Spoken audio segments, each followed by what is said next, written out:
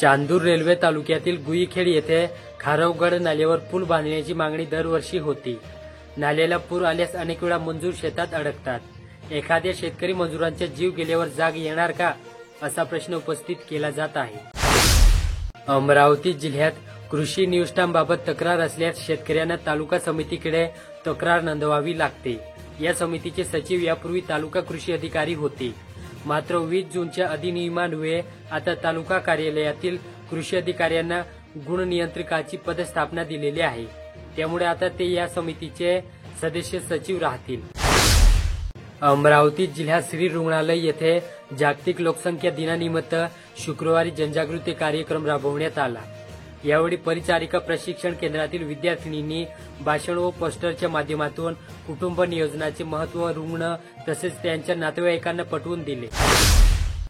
अमरावती जिल्ह्यात 54,949 गुरुकुले मंजूर आहेत व शासनाच्या मोफत 5 ब्रास रेती धोरणाप्रमाणे बांधकामासाठी किमान 2,15,014 ब्रास रेती आवश्यक आहे।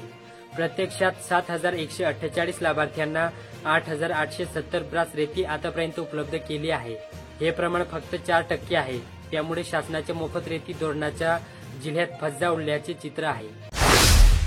अचलपूर तालुक्यात 2 दिवसाच्या उघाडीनंतर रविवारी दुपारी 3 वाजण्याच्या सुमारास अचलपूर शहरात मुसळधार पाऊस झाला। या पावसामुळे अचलपुरातील जनजीवन विस्कळीत झाले। अचलपूर शहरातील बरेच रस्त्यावर पाणी साचले होते। त्यामुळे काही वेळेसाठी अचलपूरची वाहतूक व्यवस्था बंद पडली होती। दुचाकींच्या इंजिनमध्ये पाणी शिरल्याने पाण्यातून आपली वाहने काढताना नागरिक जेरीस आले होते। अमरावती जिल्ह्यात विभागीय संदर्भ सेवा रुग्णालय येथे 11 जुलै रोजी 55वी किडनी प्रत्यारोपण शस्त्रक्रिया यशस्वी करण्यात आली। एका 48 वर्षीय आईने आपल्या 28 वर्षीय मुलाला किडनी दान करून नवे जीवनदान दिले। अमरावती जिल्ह्यात क्रीडा सांस्कृतिक आविष्कार आव्हान उत्कृष्ट अशा विविध स्पर्धांमध्ये भाग घेणाऱ्या आणि संत गाडगेबाबा अमरावती विद्यापीठच्या संबंधित अधिकाऱ्यांनी प्रमाणित केलेल्या विद्यार्थ्यांच्या उन्हाळी 2025 विद्यापीठीय पर्यायी परीक्षांचे वेळापत्रक जाहीर करण्यात आले। 26 जुलैपासून या परीक्षा घेण्यात येणार आहे।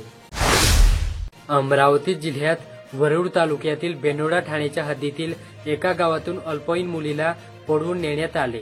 ही घटना 12 जुलै रात्री 8च्या सुमारास उघड झाली। या प्रकरणी अल्पवयीन मुलीच्या वडिलांनी बेनोडा ठाणे गाठून तक्रार नोंदवली।